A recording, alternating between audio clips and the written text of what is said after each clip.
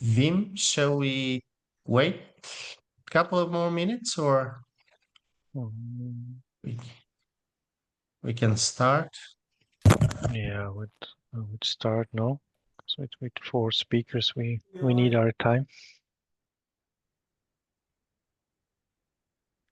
Okay.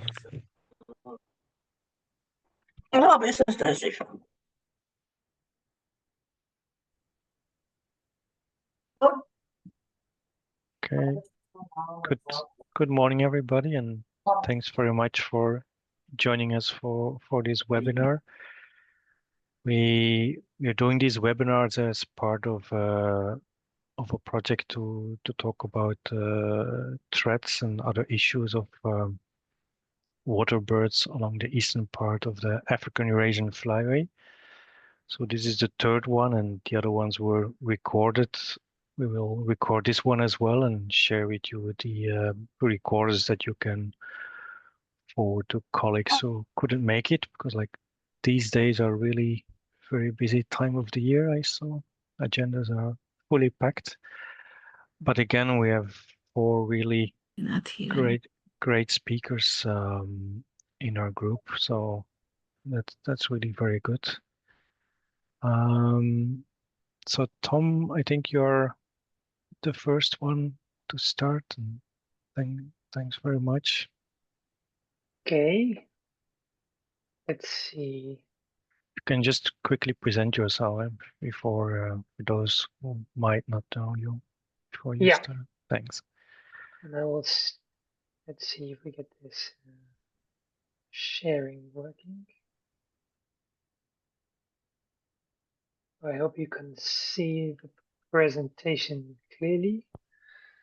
Not yet for me. Yeah, no, there it is. Yeah, no, okay. Perfect. Thank you. So I'm Tom Langendoen. I work for Wetlands International European Association for the International Waterbird Census.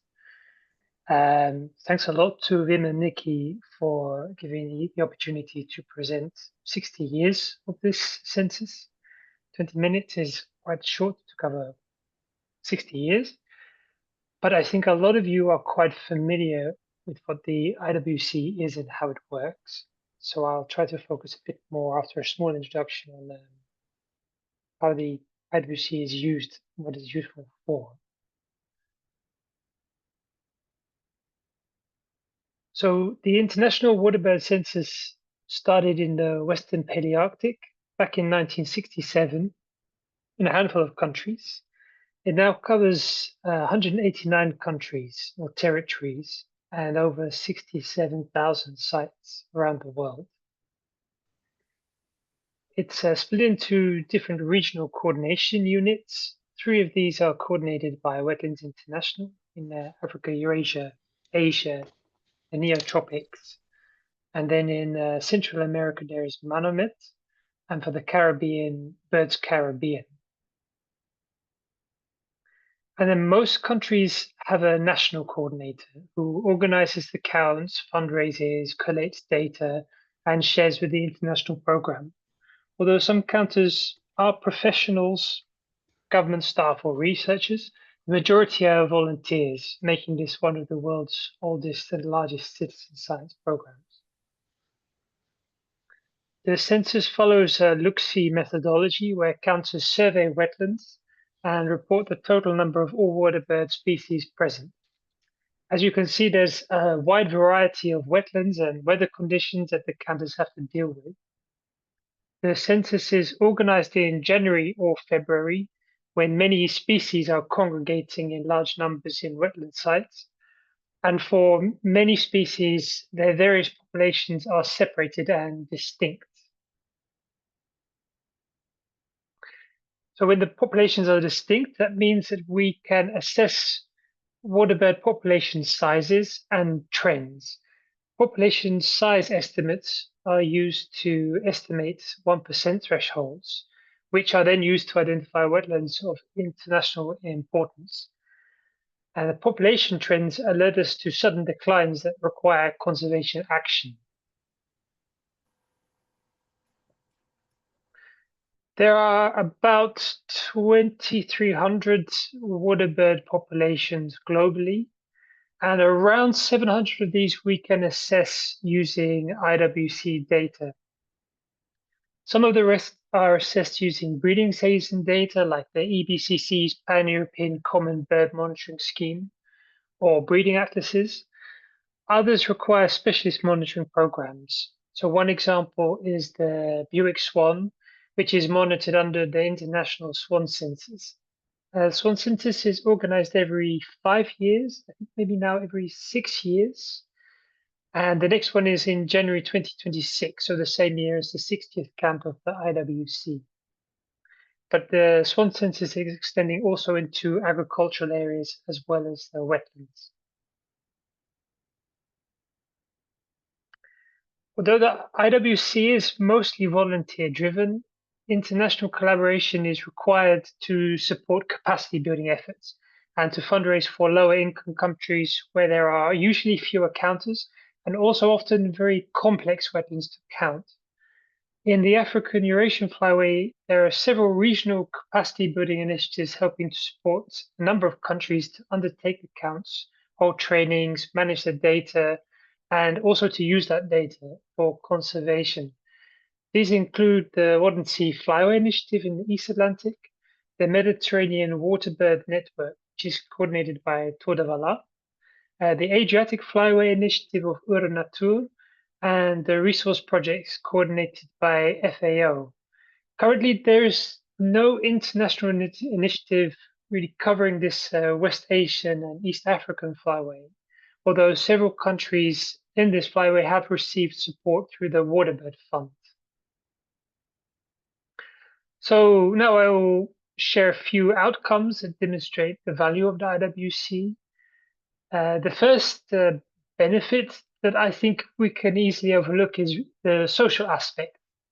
On this website, you can find stories from IWC counters around the world. Many of them talk about the importance of meeting up with their friends, sharing time outside in nature, and feeling part of a community that is working to save their local wetland. Quite a nice example of this is in the Caribbean. You can really see how the collective nature of the IWC has inspired communities into action. In Antigua and Barbuda, the Environmental Awareness Group used Caribbean waterbird census trainings to launch Birding for Beginners and online sessions during the 2020 COVID lockdown.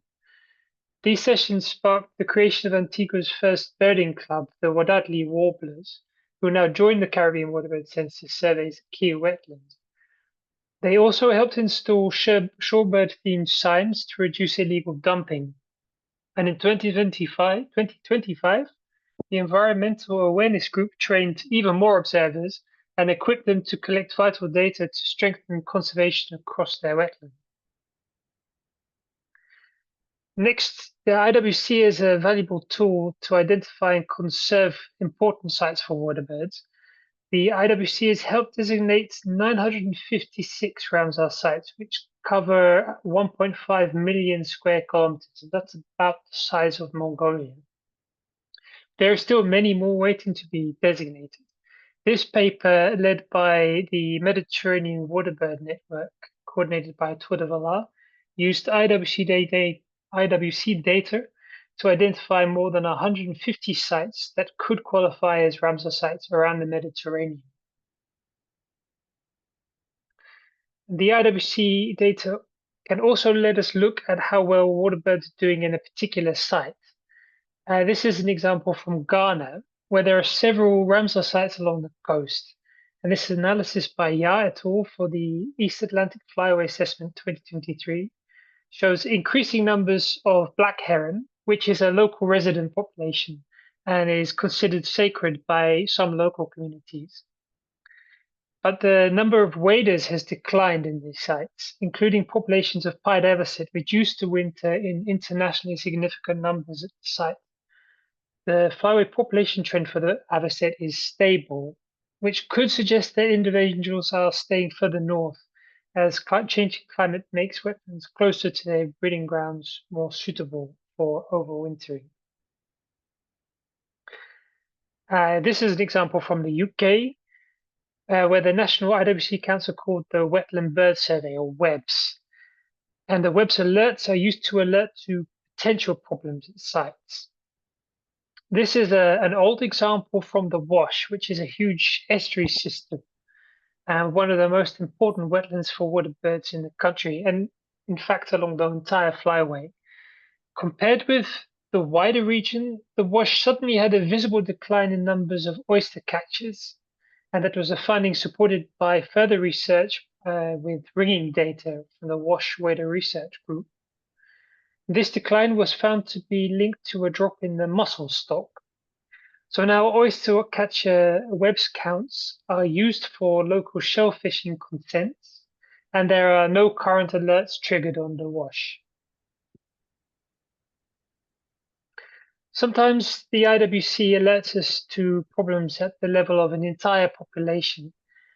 In the 2000s, IWC counts alerted us to a sudden decline in widgeon populations, which had been increasing after a long period from the 80s, 70s. Follow-up research found that the cause was linked to problems in the breeding grounds, including low productivity of shoreline vegetation. Identifying these causes has led to targeted management actions, with an adaptive harvest management plan now in development for the species in the EU, where the species seems to have recovered close to its 2000 levels. The IWC has also been used in some innovative research to show how effective management and policy decisions can be.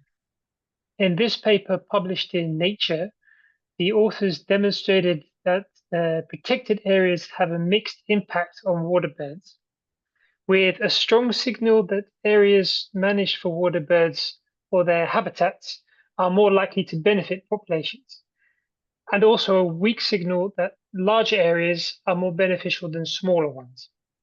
So that means just protecting areas is not enough. We need clear management goals, specifically targeted for waterbirds and wetlands, and also that bigger landscape approach is more effective for conservation.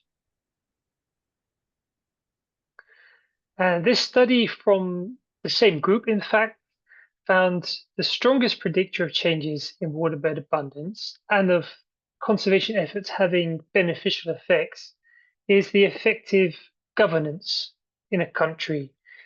In areas in which governance is on average less effective, like Western and Central Asia, Sub-Saharan Africa, or South America, waterbird declines are particularly pronounced. A higher protected area coverage of wetlands facilitates waterbird increases, but only in countries with more effective governance. We can see the impact of stable governance and good policy by calculating indicators, which is when you group species by a particular shared characteristic and compare their combined trend. Here we used IWC data to compare the trends of species listed on Annex 1 of the EU Birds Directive, so those are protected species in the EU, and species listed on Annex 2, so these are now huntable species. Since the directive was introduced in 1980, Annex 1 species have a much more favorable status, proving the effectiveness of the site protection mechanism of the EU Birds Directive. So finally, well, thank you for your attention. The IWC is a massive collaborative effort. So if you want to find out more about the initiatives I've mentioned, there's a long list of links here. You could also reach out to the coordinator in your country if you want to support the census. And you can also support the census by donating to the Waterbird Fund. With our partners, we are planning an extended counting effort in all 3 of the African Eurasian Flyways in January 2026 to celebrate the 60th count. Because it is largely volunteer driven, it's very cost effective. So even a small donation can go a long way. And I think I'm finished. Thanks very much, Tom. It's really impressive. I'm counting more than 30 as myself. I think close to 40. It sounds good that all these results are being used. Are there any short questions? I think we can take some if somebody has a burning question. We'll come back after the other speakers as well, but there's something urgent now you want to ask Tom. Please raise your hand.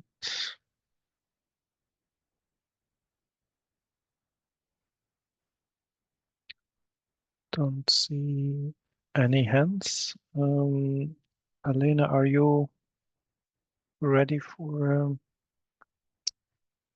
showing us the ducks in Kazakhstan?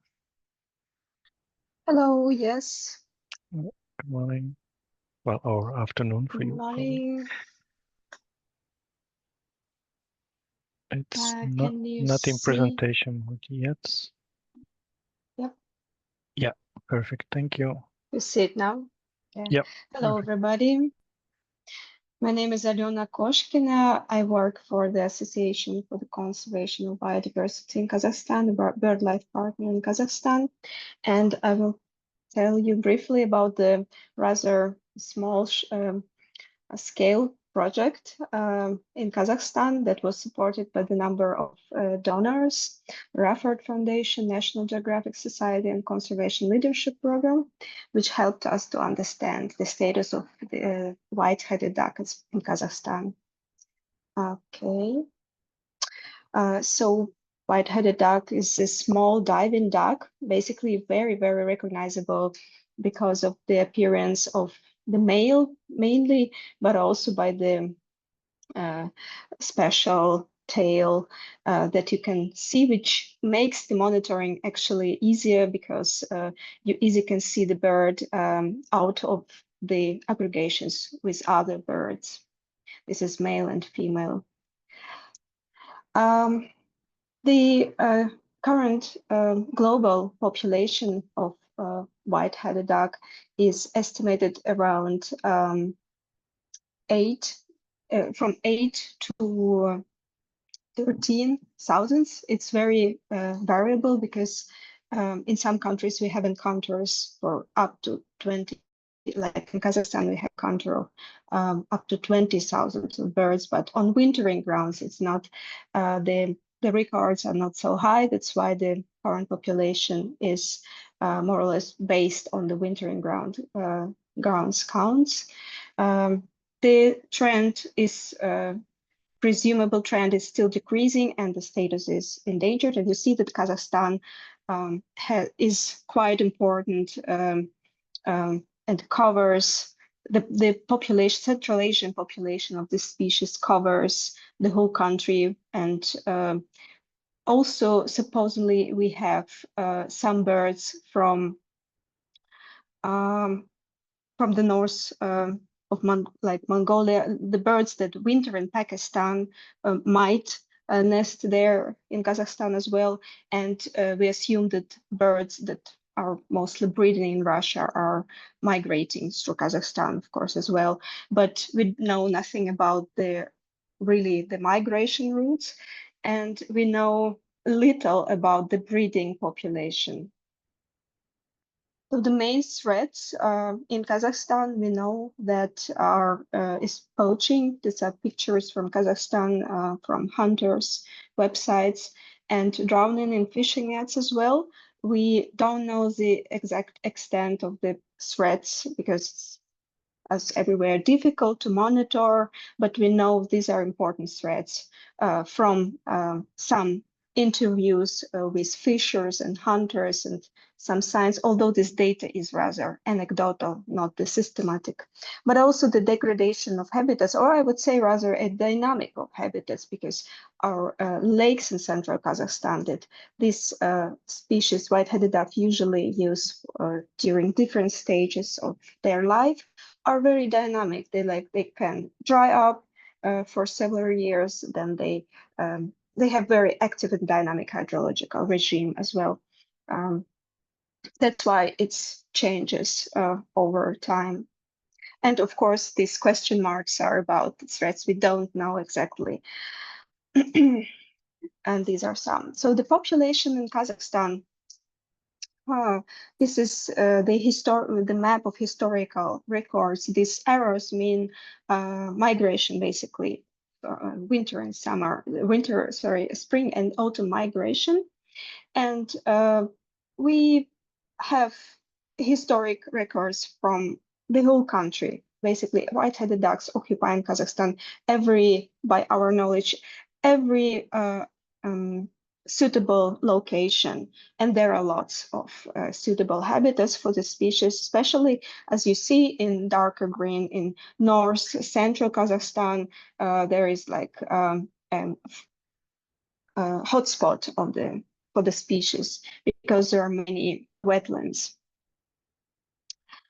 That's why we use those sites as our indicating key sites. These are examples for breeding, migrating and molting habitats for white-headed ducks in Kazakhstan, also pre-migrating, where they accumulate before the migration to the south. And we have all sorts of sites. Both for breeding sites are more closed and have the mosaic of reeds. Molting sites are usually also situated next to the breeding sites, also have some extensive reeds around, but migratory aggregations usually happen on very open very open wetlands, like the one down on the picture, and quite large as well. So the breeding,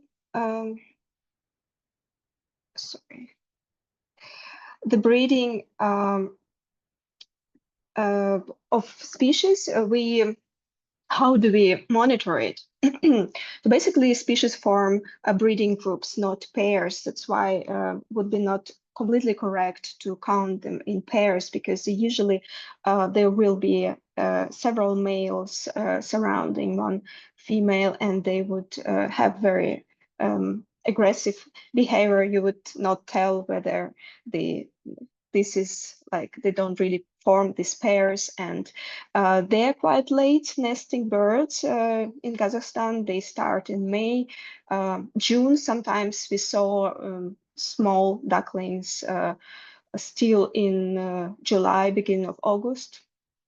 So compared to other species, and shortly after the start of incubation, males would leave the breeding habitats and they will aggregate for molting on different locations, which then will transit or transform to pre-migratory aggregations. And this would be usually these open habitats. So these are different sites from where females would molt usually.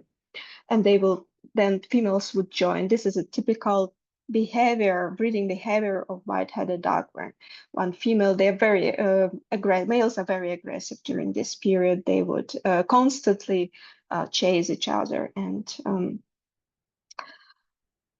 like this is a typical pre-migratory aggregation. You can see some, even from this picture, where birds are small, some white-headed ducks are within other species. It would be usually common pochard, which they aggregate together. And this is basically where do we find this sites in Kazakhstan? As I told, there are lots. And in red dots here, you can see pre-migratory aggregations, and in orange dots, you may see the breeding locations. So they are more or less in the same regions, but they differ from each other. And you see that the distances are quite large, and this is the main challenge for the monitoring. So almost when we started the monitoring, almost at every suitable location we would find birds, but then there was lots of various habitats that we were able to cover just part of them. But during 5 years of the project, we covered, I think, most of the habitats. And here you can see the key sites we identified in the north central Kazakhstan. And of course, as I mentioned before, there are also sites in the south and the west for this of the same, probably the same amount, scale of importance. And this is how it looks in one of the regions, which is key for the species, in Tingis-Korgalzhin region. You can see this, the various, how many sites can be within one region. And this would be one of the most important site for the species. You may see that in autumn, 1 year we counted only at one lake. We counted almost 10,000 white-headed ducks, not to say about other species on this lake. And these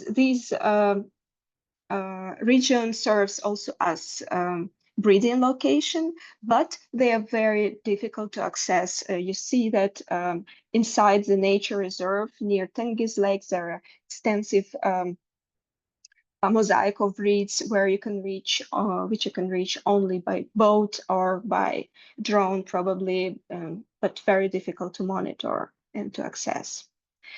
So basically, we focused our monitoring on the pre-migratory aggregations because breeding sites were so difficult to monitor. And we have identified through these years that the peak of migration would be always in the middle of September, where we will focus our efforts. And on this picture, you may see how the aggregation looks like at this lake. During that counting, we counted more than 40,000 of common pochers, and within them there was 1,000 of white-headed ducks. And this is the challenge, another challenge that in the same time at different sites, which are at quite distance from each other, like can be hundreds of kilometers from each other, you may find thousands of birds, like aggregations with thousands of birds. And we usually used several teams to cover those counts, to make those counts. And the population trend we have only until roughly 2019. After that, we didn't do any systematic counts. We only checked key sites unsystematically, just to see whether the birds are there, and nothing really drastic has happened. But the trend so far was positive. What happened after that, we don't really know, because we need another project to now continue this. And another thing we tried, I would say we had a trial for trapping white-headed ducks to identify the migration routes. And for that, as long as there were no safe methods for satellite GPS satellite tagging, we have used data loggers, which are light and fittable for on the leg for ducks. And we use the same key sites to trap birds. Briefly tell about our experience. This is an example of the lake where we trapped birds. You see, it's a quite large lake, although it's quite shallow, from 50 centimeters to 1 meter, but it's still quite big. And we did it together. We did it during molting season, so the birds were not could not fly at this moment. And you see that these are individuals that we trapped. Also, you can see some different stages of molting of the trapped birds. These are already trapped birds. In a second, I will show you how we did it. And you see that basically we witnessed that the data logger fits quite well, and birds were behaving in a normal way. And but unfortunately, we didn't have recaptures from the birds. I will tell you why in a moment. So this is how we used, how we did it. Sorry for the some rushing non-translated words on the screen, but you may see it. It's very self-explanatory. So first we use monofilament nets, just normal fishing nets and rubber boats, a classic method, I would say. And also we use the modification of this method using the certain barrier to better chase birds, so it's more effective. The methods were quite effective in terms of catching few individuals, but what we were expecting to catch probably dozens of birds, so we can recapture them later with data loggers. But unfortunately, this didn't quite work, and the method was quite risky, both methods, because white-headed ducks were very, that they very quickly drown in the nets, and we had to be very quick because they did it with themselves in like a minute. So you have to be really quickly. Another method we used is also one classic method, which is night lighting. So we use this very strong lights and the fishing, you call it hook or the equipment for fishing, net. And this was actually quite successful. So this is a comparison of 3 methods. And by the end, we were able to catch 20 birds and set the data loggers on them. And night lighting was most effective in terms of yield and efforts that we spent on this. So very briefly, the results of our study show that we know now the key migratory habitats for the birds in Kazakhstan. We have tested 3 methods of trapping birds, and we have identified the one most effective, and I think least risky, because it took less time and birds were less were more safe during these methods. And the challenges that we faced during this project was mainly that the breeding habitats were very numerous and dynamic and not easy to reach. That's why we still don't have a good assessment for the breeding amount of breeding habitats or the breeding population in Kazakhstan in general. And the geolocators are probably not the best way to study the migration of white-headed duck because it's so difficult to trap them based on our experience. And the existing tag and methods still probably are not very safe enough. At least we didn't find the safe methods that we can apply for the moment. We probably will be available in future. And that's it. I'm very thankful for all participants of this project and for the donors that made it possible. Thank you very much. Thank you very much. Very interesting. I'm already amazed that you could catch some white-headed ducks, which is already, we say didn't get much, but catching one is probably already quite difficult. Are there any burning questions?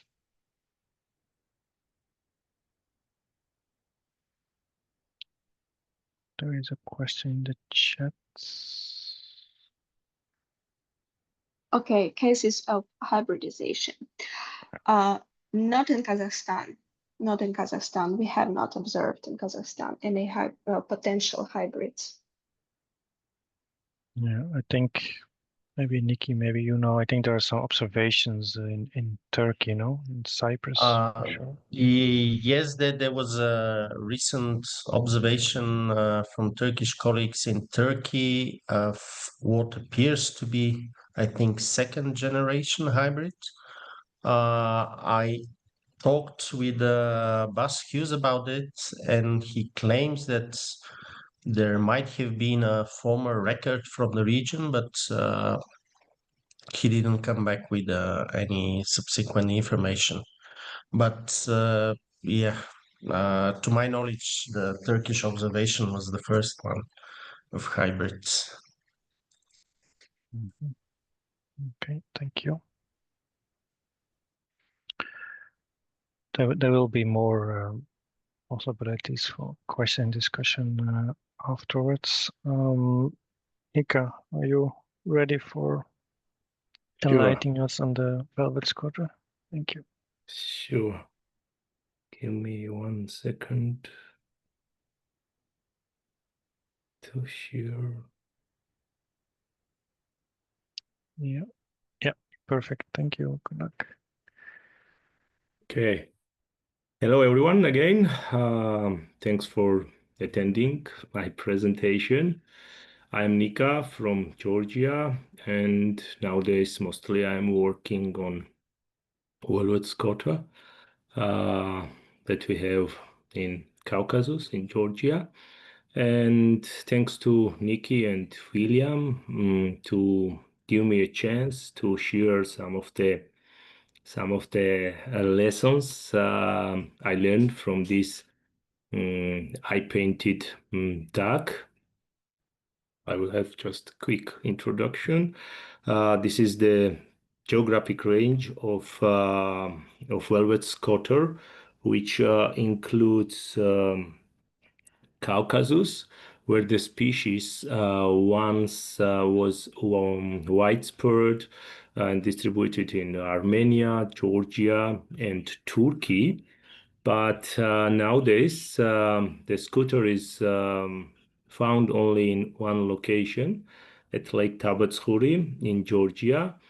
Our new article will publish in the Wildflower Journal later in this November that confirming Tabetskuri is the last breeding place for the species in the full Caucasus. And this slide showing the lake in late spring, and here are some of the parameters of the lakes. How I rediscovered the scooters and how I achieved my goals is a long story. However, before I move on to the main topic of my presentation, I really want to tell you briefly these chronicles, let's say like this. I found the scooters at Lake Tabetskuri in 2014, and a few years later, I got CLP support and start first my monitoring program, and it was a direct observation to the birds, to the lake, and questionnaire surveys of local people. Probably one of the easiest monitoring program. Nothing special, but by the end of the first year, we had a map of the scooters distribution at the lake and identified the main key areas that we have here on the north part of the lake.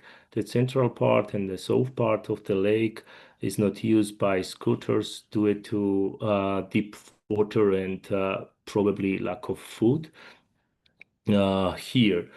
Even in this first year, we also identified the main threats from different activities of local people, and here is the main ones: collecting eggs, hunting on ducks, disturbance, and the bycatch. In the next years, I changed my strategy and moved to Tabetskuri, spent the full summer helping the locals and enjoying time with them. I tried to become one of them and gain their trust.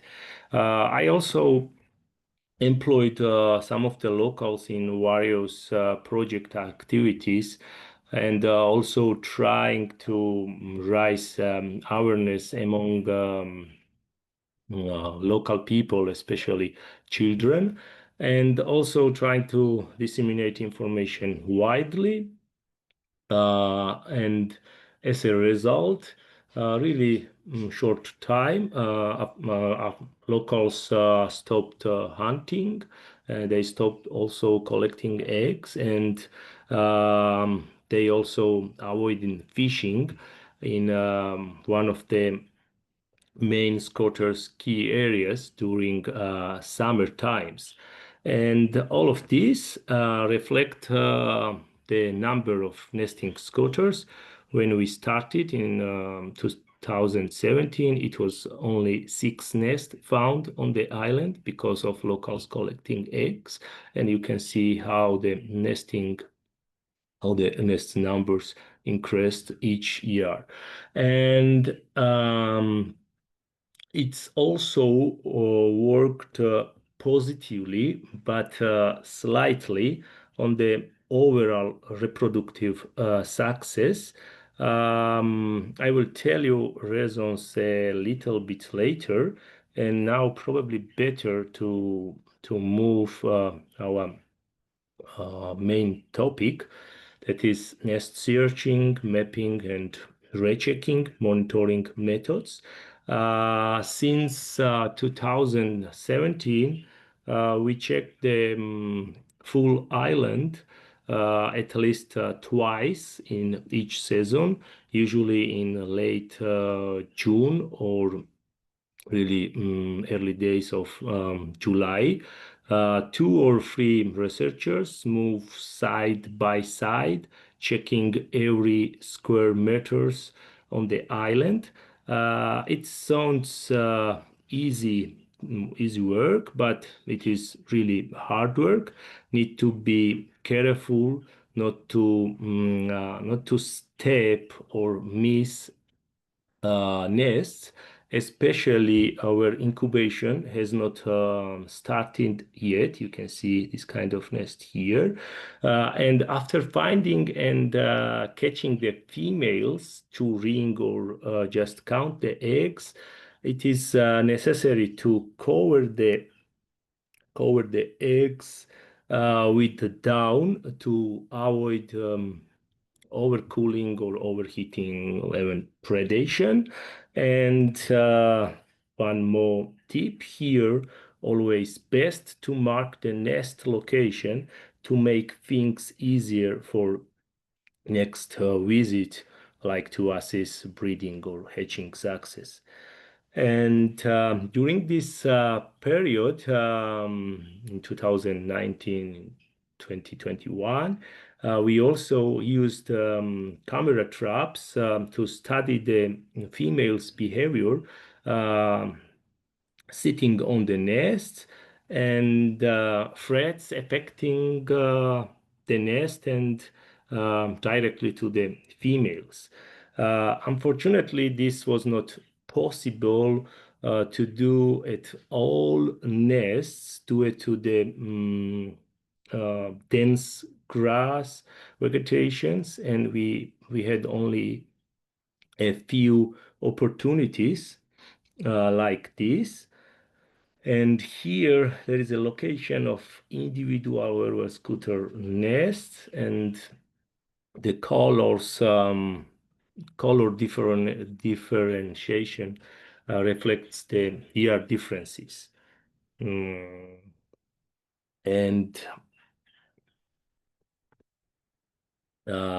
after finding, I would say, all of the nests, because I'm almost sure we are doing this job really well. Every year after the nesting season, usually in early August, we revisit each nest and collecting the data to assess nesting success and hatching success. Here we have the locations of individual velvet scoter nests from 2019, and these colors like a green points showing successful nests, yellow showing the predated nest, blue showing abandoned nest, and violet is a dump nest. And here on this diagram, we have numbers of nests each year and numbers of nests successfully hatched, predated one, abandoned one, and dump nest as well. And here to another diagram, we have numbers of eggs hatched, adult, and suffocated, and predated ones in each year. And let's move to camera data from camera traps, and I will tell you briefly what we learn from this data. We learned that the scoter start incubation after reaching 7 or 8 eggs. This is usually happens the end of the June, sometimes early days of July. And after catching and releasing the birds, they always return to the nest after 2 hours later to continue incubation and probably use this time for feeding. All the females returning to the nest where we use the camera traps reacted to the camera traps like this, and we call like a displaying or warning behavior. However, they quickly habituated to cameras placed more than half meter. As I remember, we used 70 centimeters up to 1 meters installing camera traps. But in one case, we used one cameras installed 30 centimeters away, and in this case the female, when she returned, looked really scared and had many attempts to return to the nest. She was doing this around 2 maybe more hours. Finally she continued incubation, but around 2 days almost all times she used this kind of warning behavior towards the camera traps, but she successfully hatched the ducklings, and I will show you later if I will have a time, short videos. And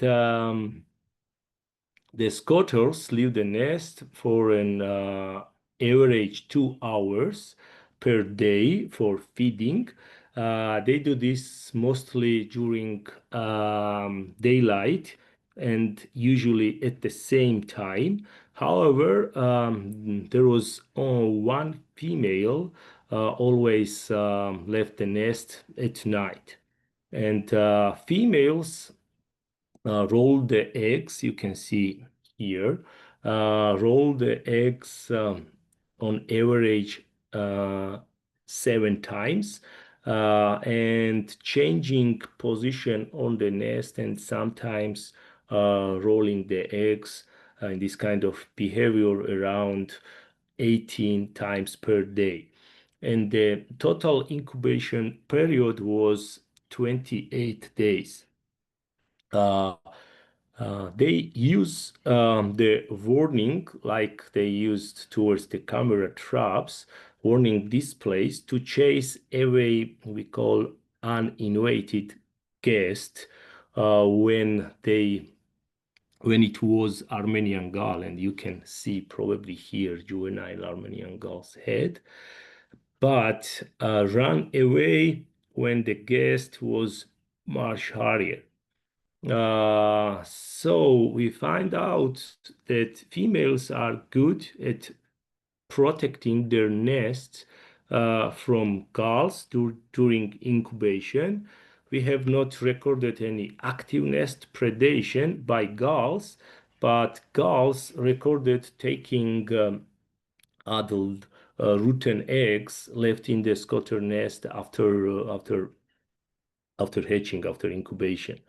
We have not found any strong evidence to identify the predator responsible for killing velvet scoter sitting on the islands, and we had a free case in 2021.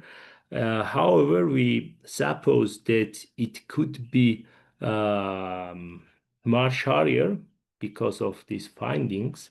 But this year I got a picture from camera traps, the goshawk visiting the islands and killing and eating Armenian gulls chicks, and probably they are able to do the same on velvet scoter. And maybe nowadays I'm changing my mind about the predators. And what's more, yeah, as for the negative aspects using camera trap, we can consider environmental changes caused by grass growth or wind. And as a result, you get pictures like this. But it's probably nothing than second one. It's changing the batteries, which disturb the birds. However, I can tell you all of the nests, those use the camera traps hatched successfully, and I will show you later small videos where you can see this with your own eyes. Additionally, we also used camera traps installed the island and the shore. This captured data on scoter numbers around the islands and the movements around these islands, visitors to the islands or to the shore. And one of the main things was the gull predation on Scotter's duckling, and you can see this scenario on those two pictures. Based on this data, we assume that the annual variation in a nesting success and hatching success was driven by visitors on the island and egg predations, most probably by Armenian gull and marsh harrier, while the overall raw reproductive rate was likely the result of high ducklings predation by Armenian gulls. We have other monitoring methods like sitting and watching full day the Scotter's brood and describe everything that's happened around them. And we are sure that around 70-75% of ducklings successfully hatched are predated by Armenian gulls. And yeah, probably we have time to continue and tell you a little bit more about bending with the metal ring and tracking with geolocator. Once we found the females on the nest, we catch her, ring, and release immediately. We catch them by hand, no need special equipment, and accept the average lifespan and survival rate calculate this data. As we know, we can use this data to identify wintering sites, which is really important for us. And here on this photo, you can see this. Oh, this photo was taken in wintering sites on the Black Sea, and you can see this female is ringed, and this one also is ringed as well. And I assume those are ringed by me. And however, to collect reliable data, we also use loggers, light level loggers, which is one of the safest and cheapest way to track sea ducks. The only challenge that was already mentioned in previous presentation is recapture. However, sea ducks are known for their strong fidelity to their nesting sites. So we returned 13 loggers from 70 loggers we used in totals. And now we working on this data to publish articles, and I hope we will publish this article in the next year. So you have to forgive me that I can't reveal everything to you right now, but I can tell you that some of the scotters' favorite place is the Black Sea for wintering, especially this area, the Gulf of Samsun in Turkey. I think that's enough about wintering sites, and just tell you shortly about my future plans.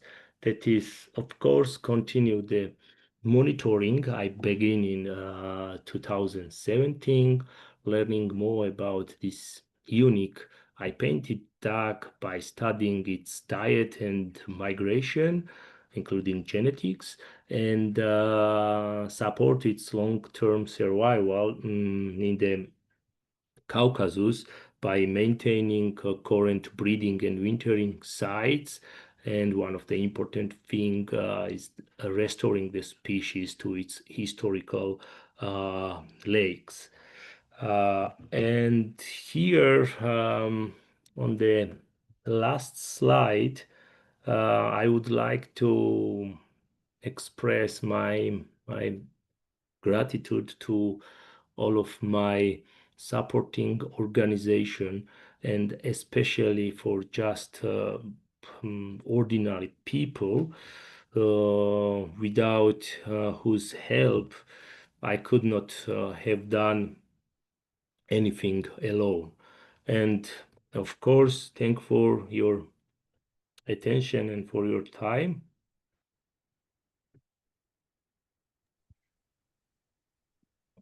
Thank you very much, Nicky. Very impressive. If you have questions, I'm here and will try to answer. Yeah, there's a burning question now. We can certainly take that, and otherwise we come back to that after Nicky.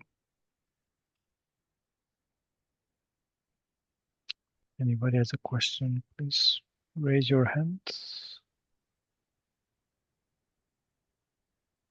It's very impressive, Nick. I mean, it's like that's what we call field work. Wow. Yeah, probably I missed a lot of things. Sometimes we thought it's small things, but for others, it's very, much very more. impressive, hard work, and Thanks. very unique. Yeah, brilliant. Okay, no questions for the moment. So, Nicky, over to you. Thank you. I will try to tell you a bit about our work on the red-breasted goose that we've been doing. Can you see the presentation okay? Yes. Yep. Perfect. Okay. We've been doing this work for the past several years in partnership with colleagues from Kazakhstan a lot. So I've put our colleagues here as co-authors for the presentation because we've been doing this work together. So, well, I suppose most of you know that the red-breasted goose is a globally threatened species. It's vulnerable, breeds in the high Arctic, and winters currently quite dispersed. It used to winter more concentrated, so easier to monitor. A lot of my presentation will be, besides some results, but also focusing on the difficulties of monitoring the species currently. So it is quite dispersed nowadays between Bulgaria, Romania, Ukraine, and southern Russia. And it complicates quite a bit the situation. Here on this graph, you see that in the past, when it used to concentrate mostly between Romania and Bulgaria, and we have been working with our colleagues from SOR, organizing coordinated counts of the geese during winter time from the mid-90s. It's been quite easy. Quite often you can see that a lot of the geese were concentrating in Bulgaria compared to the global population numbers presumed. So it was fairly easy also because if you look at these average figures on the other graph, for over 3 years period, Bulgaria sustained at that time quite persistent numbers during winter time, so easy to monitor. Here, to give you a more visual idea about the area,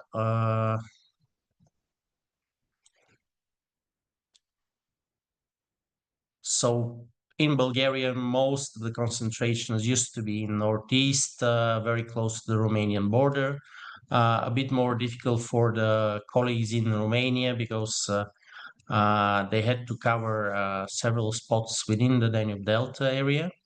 But this is the area that would be used in the past for wintering by the species, and mostly it was between Romania and Bulgaria, and the birds would move between the two countries depending on the warming of the weather during the winter. So they would move back to Romania when it's a bit milder, and when it gets colder, move back to Bulgaria. So easy to monitor, few sites, better coverage with much less effort, and direct counts with no extrapolation involved. Here you see the sites within Bulgaria. Durankulak and Shabla Lake were, of course, the main sites, but when there were larger numbers of wintering geese, and some of these would also spend the night in the base in front of the coast. So we would set up additional observation points for the counts. However, all these changed with more mild winters, and the birds were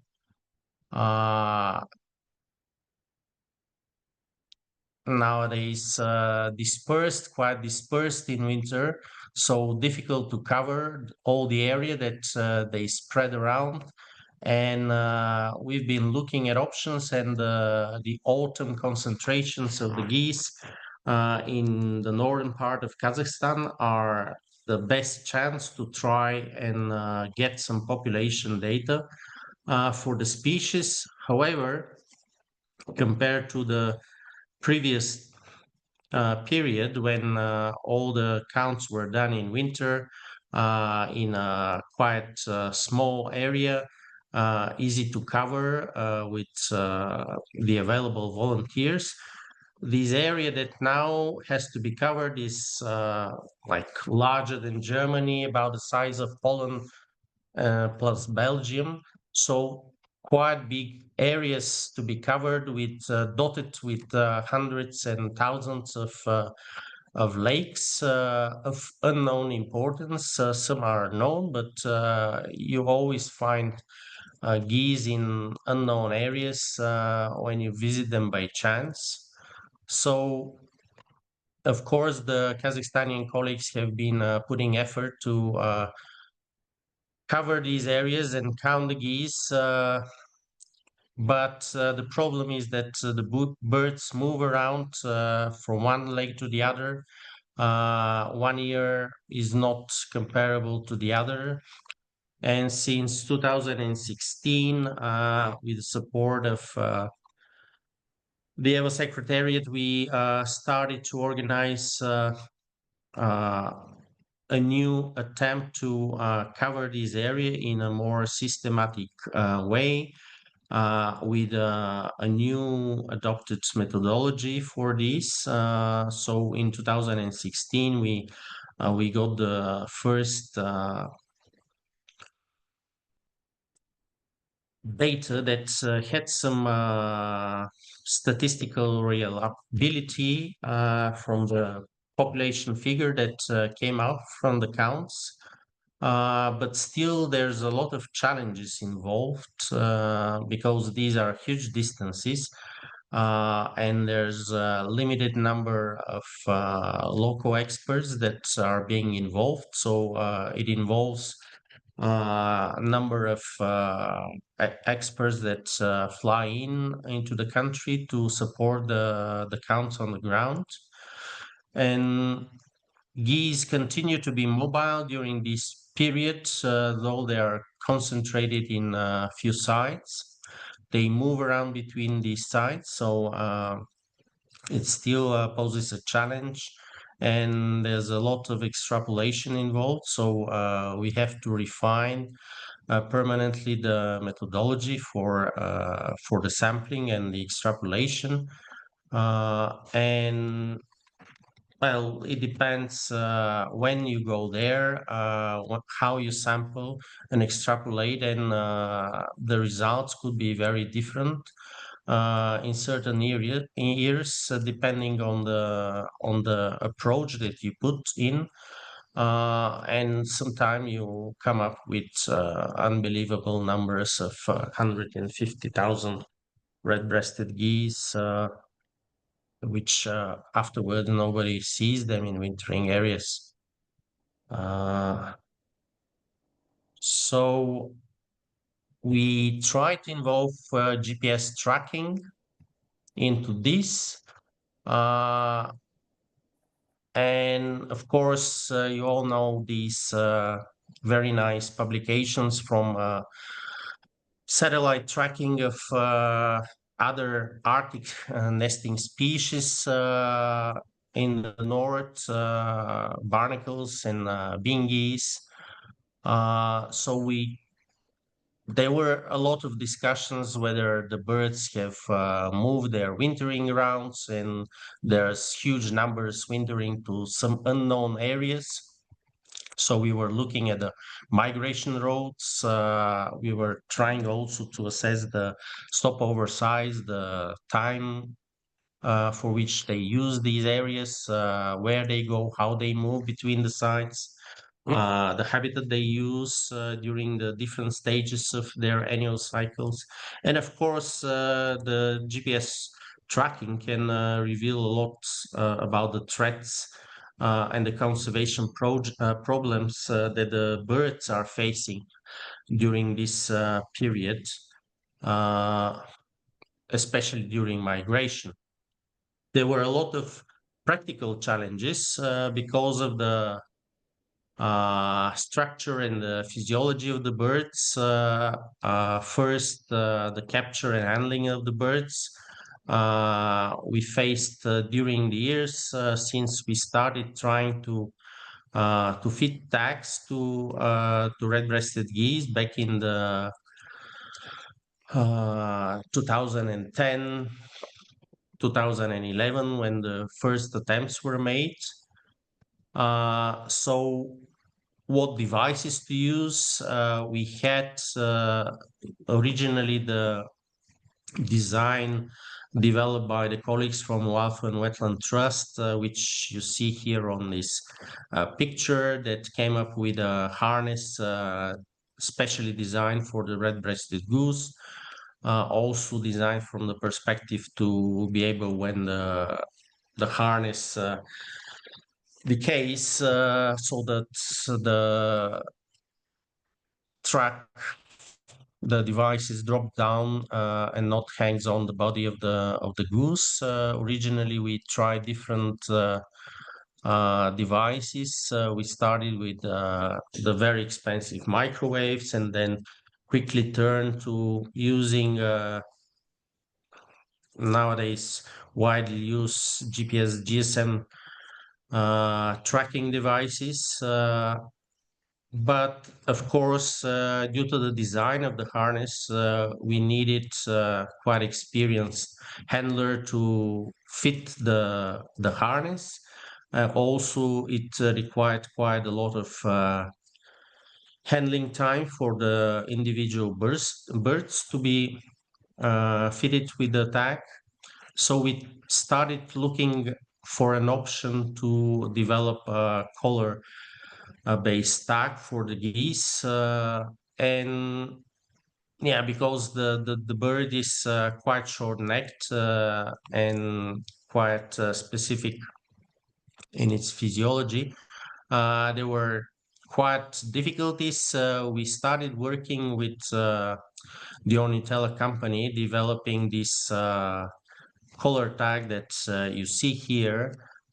We also had a quite useful and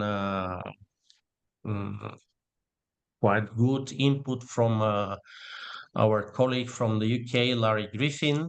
And eventually we came up with this design that we initially decided to trial on captive birds to see if it has some impact on the physiology or behavior of the bird. So we collaborated with Jersey Zoo that had a flock of free-ranging redbreasts, and we fitted some real tags and some dummies so that we can follow the impact of these tags. And once the results came positive, we started using color tags.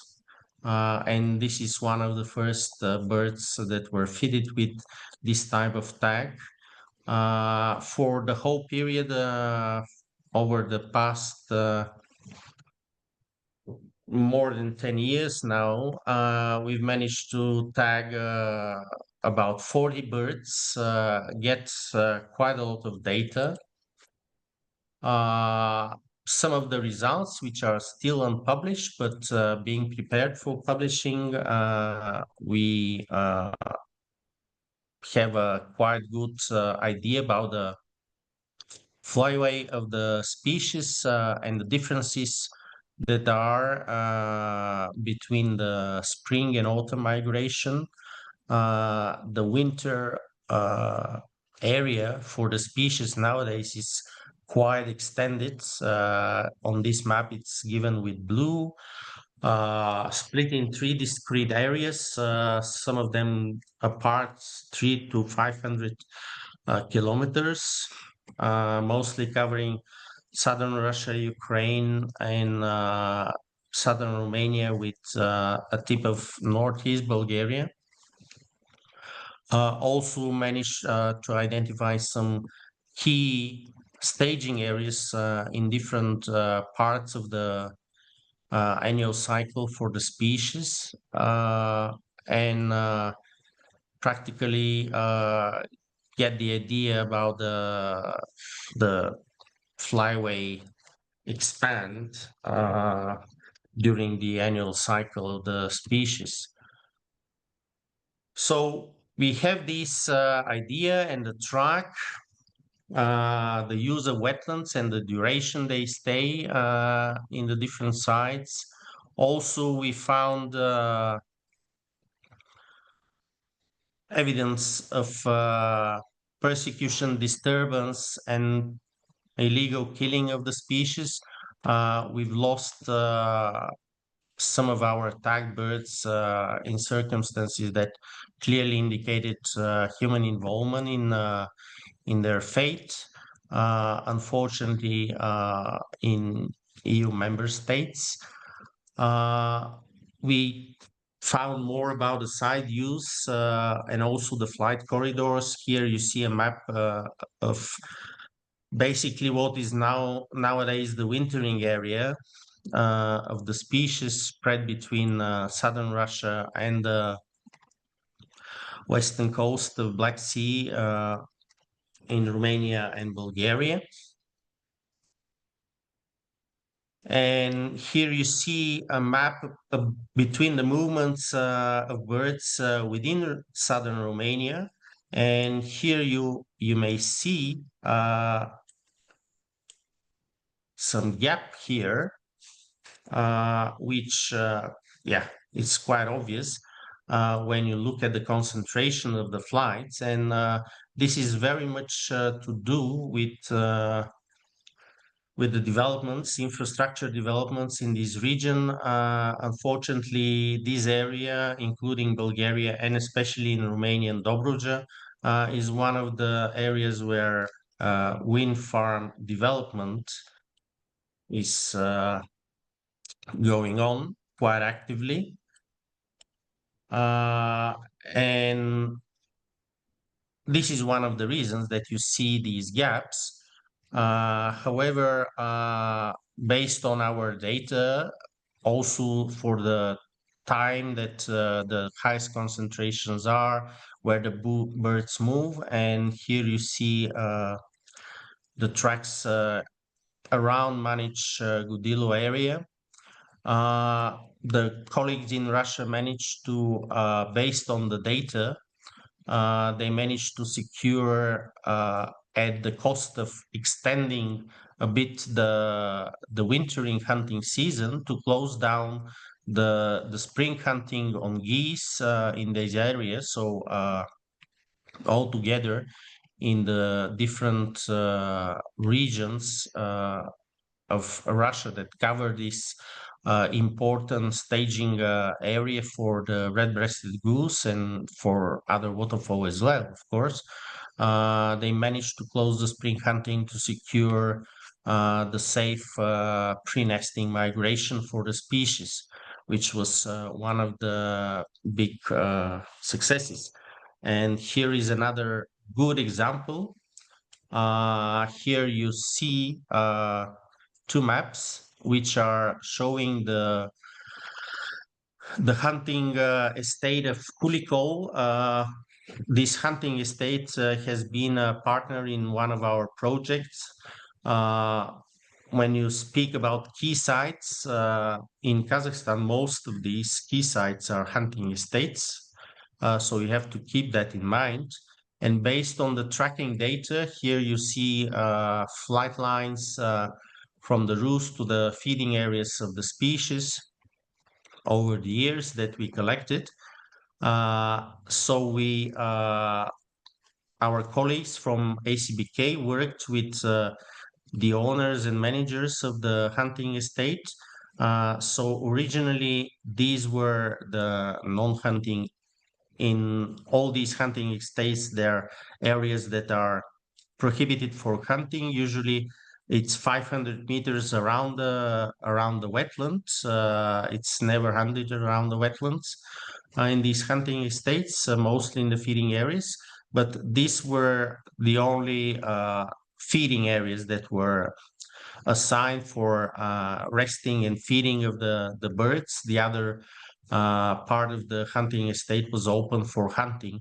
Eventually, the management of the hunting estate expanded their non-hunting area, which is this A1 and A2 zones, which are practically covering about 35% of the hunting estate, based Nicky? on the yes. Nicky, sorry, I don't think we see the slide you refer to. Is it? We still look at the satellite tracking data, and the last one that came up was the locations of the wind Oh, farms, I think. is it? Well, something's wrong then. Can you see it now? Not yet. Now? Yeah. But not in presentation mode, but Yes, I'm yet. trying to move this. Oops. So we saw, I think, the number 8. This one we saw. Yeah. This one. Okay. And Yeah. then got Sorry. stuck. Okay. Yeah. No. Thanks for notifying. So this is the map of the hunting estate. Kulikol, which I mentioned already. So this is the original map of the hunting estate, with the yellow line indicating the non-hunting area. Also, the area around the wetland is prohibited for hunting. But thanks to the data collected during the tracking of the species, and all the data was used to convince the management of the hunting estate and to expand the non-hunting zone. So practically this, which is the hunting estate, it has these A2, A1 non-hunting zones, which are feeding area where the birds can land and feed without disturbance. So the management is closing these areas during the peak of migration of the red-breasted goose, so that the birds can pass through. And Kulikol, along with the smaller Taldikol lake, this complex is probably the key area for the migration of the red-breasted goose, because the tracking data show that eventually more or less all the birds pass through this area, and this is one of the highest concentration areas for the species, not only for the red-breasted goose, but also for the lesser white-fronted goose migration in Kazakhstan. So thanks to this tracking data, we managed to convince the management of the hunting estate to close these areas as resting area for the game species. So this also impacts the red-breasted goose as well. So here is one bad example. You see still the screen, yeah, the presentation? Yep, you see it. Okay, so this is quite a disturbing picture that I recently got from colleagues from the SOR in Romania. So this is a map which in one place shows the Natura 2000 sites, many of these identified for wintering geese, concentrations of wintering geese in Romania, especially about the red-breasted goose. Also, the tracks flight lines of the tagged birds, of the tagged red-breasted geese, and you see the planned and some of these not only planned but already approved wind farms within the Dobruja. So this is the island on Brăila, on the Danube, one of the most important roosting and feeding areas for the species, which already has an approved wind farm here. And if you look below the wind farms, there are some green blocks. These green areas also remaining here and here. These green areas indicate arable lands which have been approved for the agro-environmental scheme for wintering geese in Romania, to compensate farmers for grazing of the geese and secure feeding areas for the species, especially for the red-breasted goose. But nowadays, these are all excluded because a big wind farm has been approved. And here you see another wind farm which is in the process of being approved, where the experts working on the impact assessment for these projects are selectively using data from our tracking study and ignoring those data that is showing clearly that the wind farms are planned for areas which are heavily used by grazing of the species. So based on these information, we can guess that probably the numbers in Romania will also start dropping down in the next years because of the infrastructure development in the core of the wintering of the species. So satellite tracking provides quite precise data, real-time information that you can use in your monitoring and conservation work. Shows clearly the stopover sites and their importance, the duration they're used, the habitat used by the geese. It helps to identify critical sites, assess threats such as hunting, power lines, or habitat loss due to investment projects. And sometimes this is taken into account, sometimes it's not taken into account, but still this information is available and accessible to those who want to use it.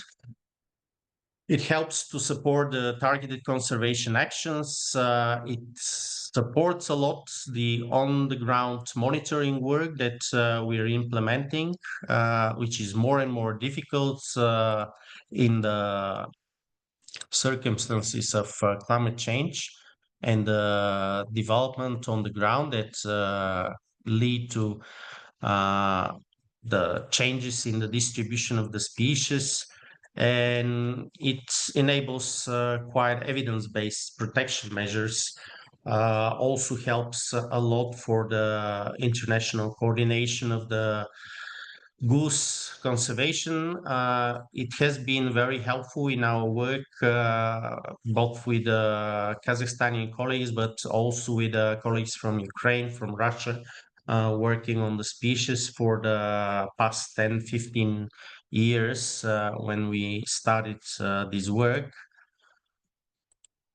And I would like to acknowledge the financial support of the LIFE project, Life for Safe Flight, that we concluded some 5 years ago, and the support that we've been getting from Whitley Fund for Nature. And currently all the work that we are doing and implementing in Romania and also in Kazakhstan has been supported by this continuation funding, also by the champions of the Flyway initiative that fundraised money for the species in 2023. and some of the work that has been done on the ground in Kazakhstan during autumn migration in 2016 and 2021 was done with the support of EAEF Secretariat and the Norwegian Environmental Agency. So thank you, and happy to answer later on any questions that you might have. Thanks very much, Nicky. It was very, very impressive. I think the colleagues working on the ducks are very jealous that they can't use the satellite transmitters as you can. Such detailed data you can get from that, but all incredibly hard work. Is there any specific question to Nicky? You have to raise your hand or just unmute and speak up. If not directly to Nicky, of any of the other speakers. General.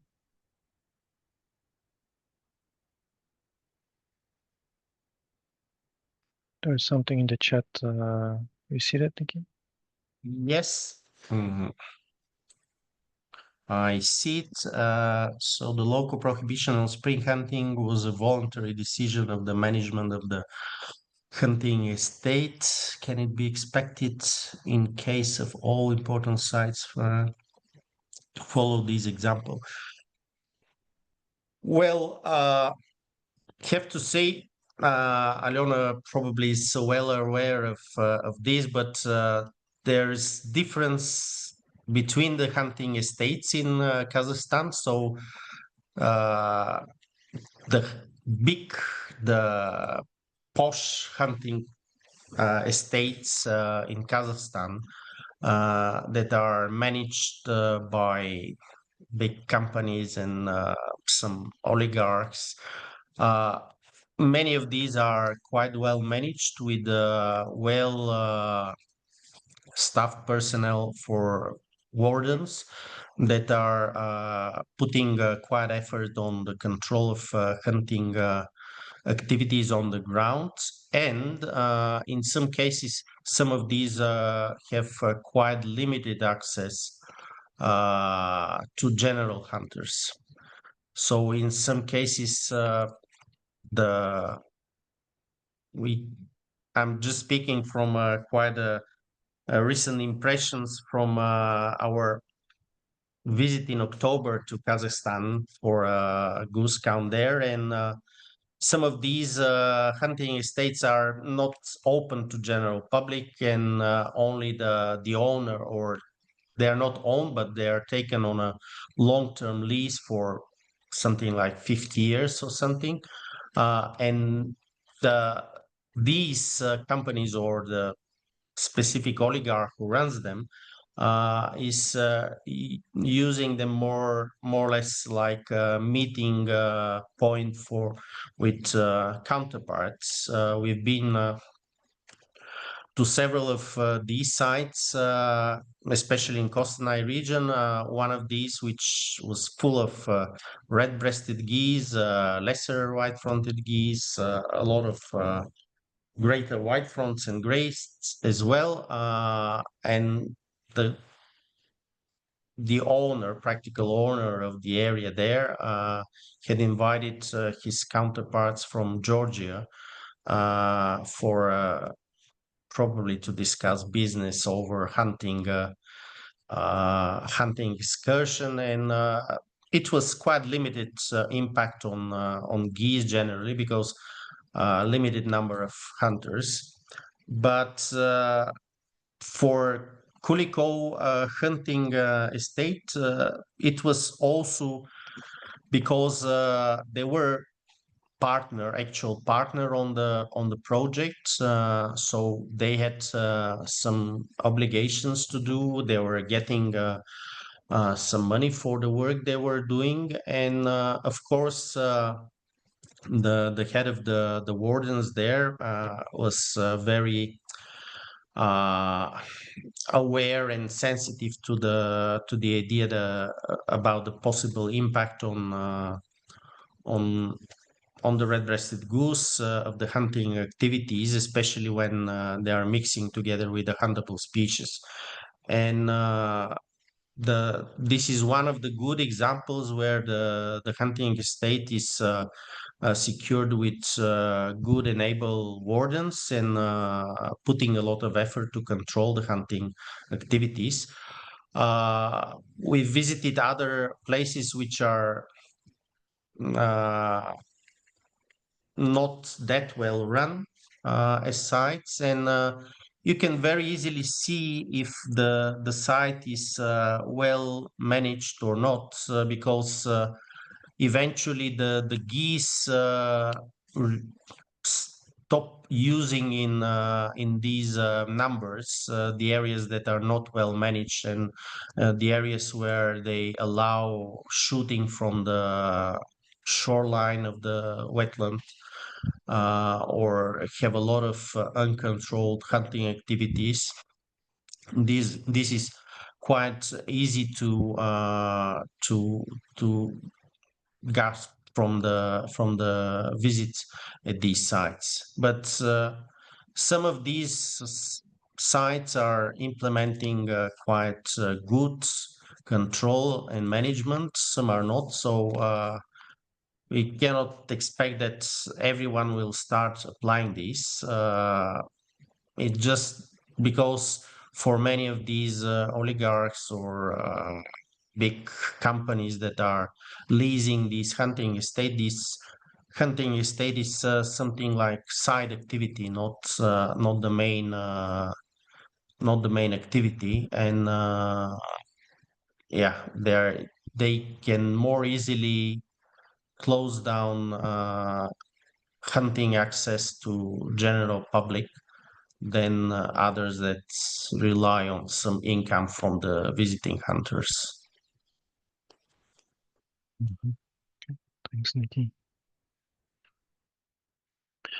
Any other questions or comments? And you can put it in the chat if you don't want to speak up, but don't be afraid. If I may ask a question to Nika, which was came to my mind when I was watching the presentation. Did you find any specific reason or for the dump and the predated nests on the island? Was there some specific characteristic that was persistent for these nests, or? Thanks for the question. Usually we have 2 dump nests every year on the same places, and I tried once to put the camera traps to get the idea what's going on, but failure. Did not get the information with this camera. But I thought it's happening because this is one of the best area for making the nest for them, and the velvet scoter just by chance reaching the other's nest and putting the eggs, and then when the, let's say, real mother coming to the nest, they chasing each other, and winner taking responsibilities of the nest. But because of this, there are sometimes 20, 25, even more nests. They aren't able to cover full eggs with their body. But this year there was one female, brave female. She tried really hard, and with this dump nest, we got a 2 duckling from 20 eggs. It was a first time I saw this kind of behavior, because I know one from previous year, another female had have tried to do same, but after 20 days she gave up and left the nest. And to tell the truth, it's just my idea, but as I find out from others' papers, it could be indicate this the island is already occupied and its hold, like let's say, capacity of the island is full, and we probably need to think about to restore birds to the other side, or just make the artificial islands. And we have good opportunity at Lake Tabatsuri because there is two small islets, and it was 2021 when the water level dropped because of the it was really hot year, and we made some soils on the island, and it's this kind of what is the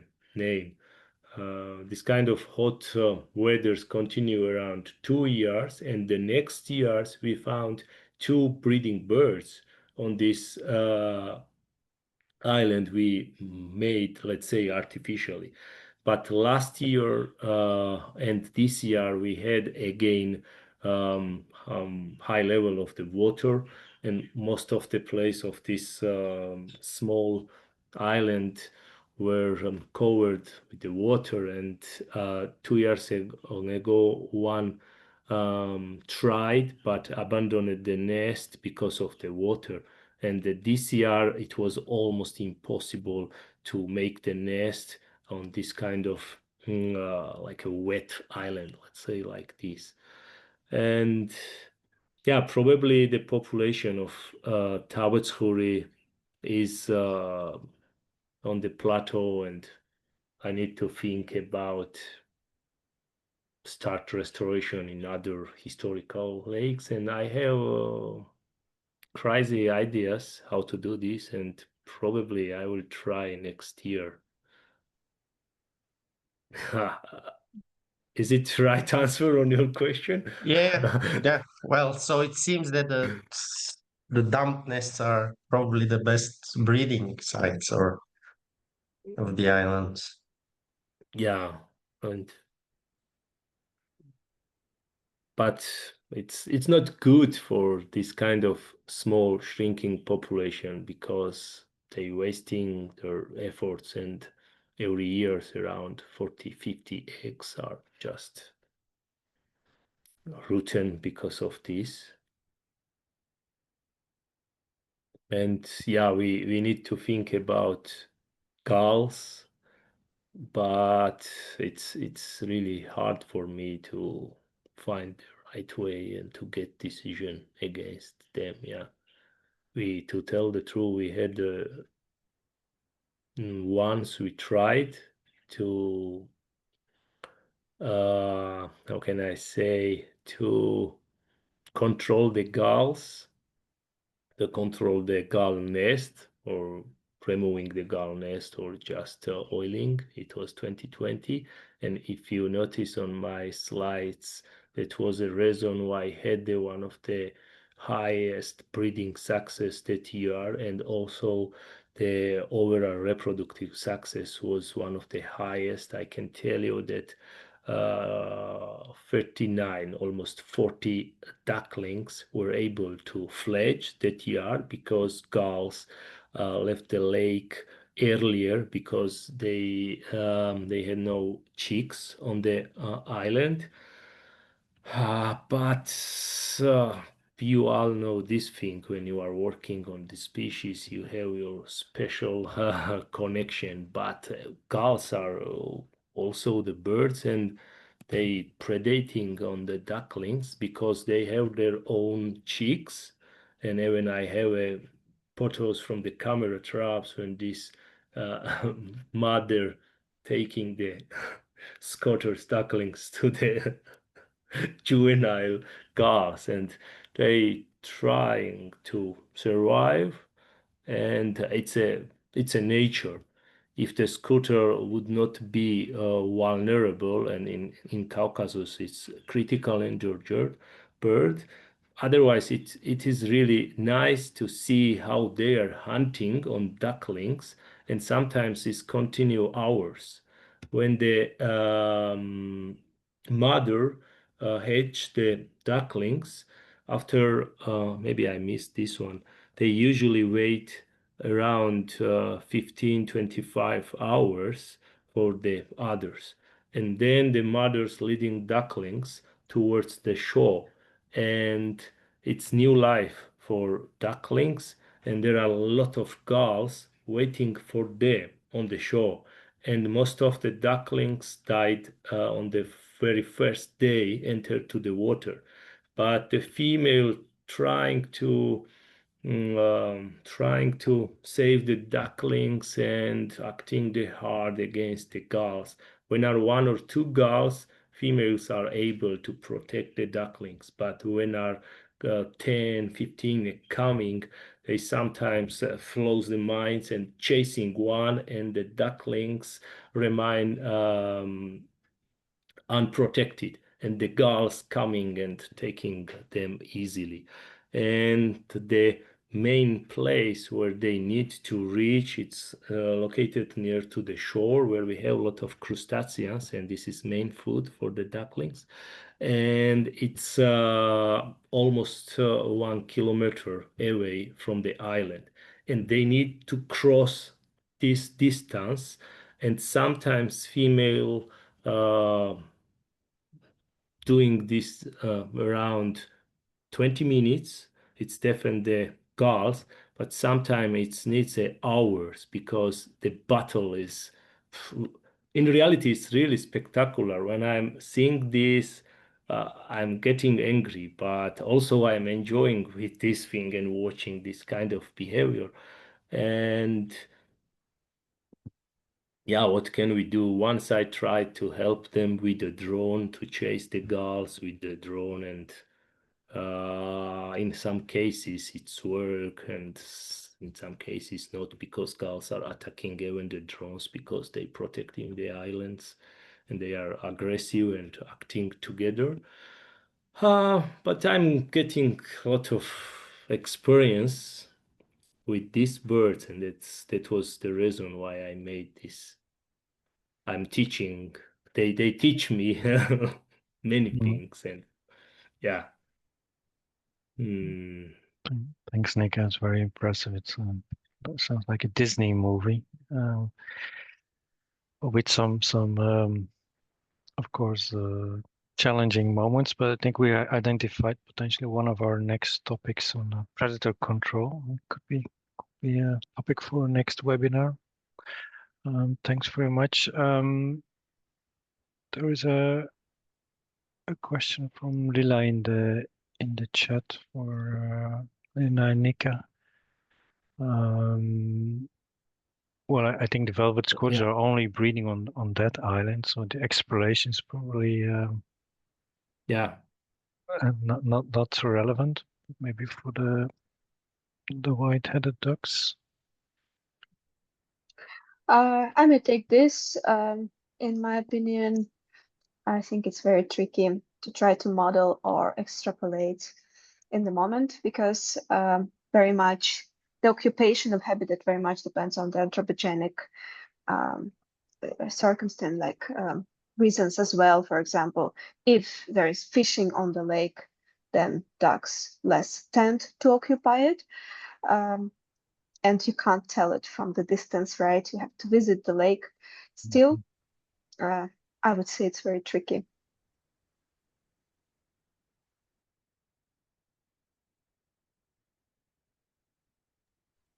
Yeah, thanks very much. I will try to answer this question. We have good opportunity with this population to find many things about this bird.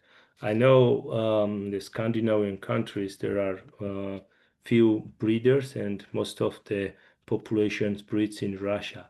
but it's huge territory and not really easy to collect the data and use it. And I think, of course, we can use data from Tabetsuri and extrapolate, like if it's mean that get an idea how global population suffering with this predation, even the disturbance by human and the local people, and even hunting and collecting egg. Because I know this collecting eggs is a big problem, and also bycatch, as we know from previous webinar from Julius, it's a really big problem, and it's the same here in Georgia and probably on the Black Sea. And I don't know, we will try to find out more and more, and then probably we will find some way to help as local and as global population.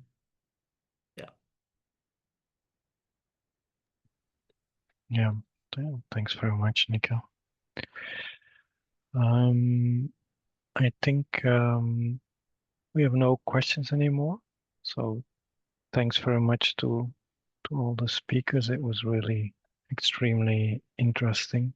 And as said, we will share this recording with those who couldn't join, and please feel free to forward it to colleagues of you. So Nicky, unless you have a closing remark, as we stop here. Thanks. Just would like to thank to the fellow co-presenters for joining the webinar and sharing their data and experience. And yeah,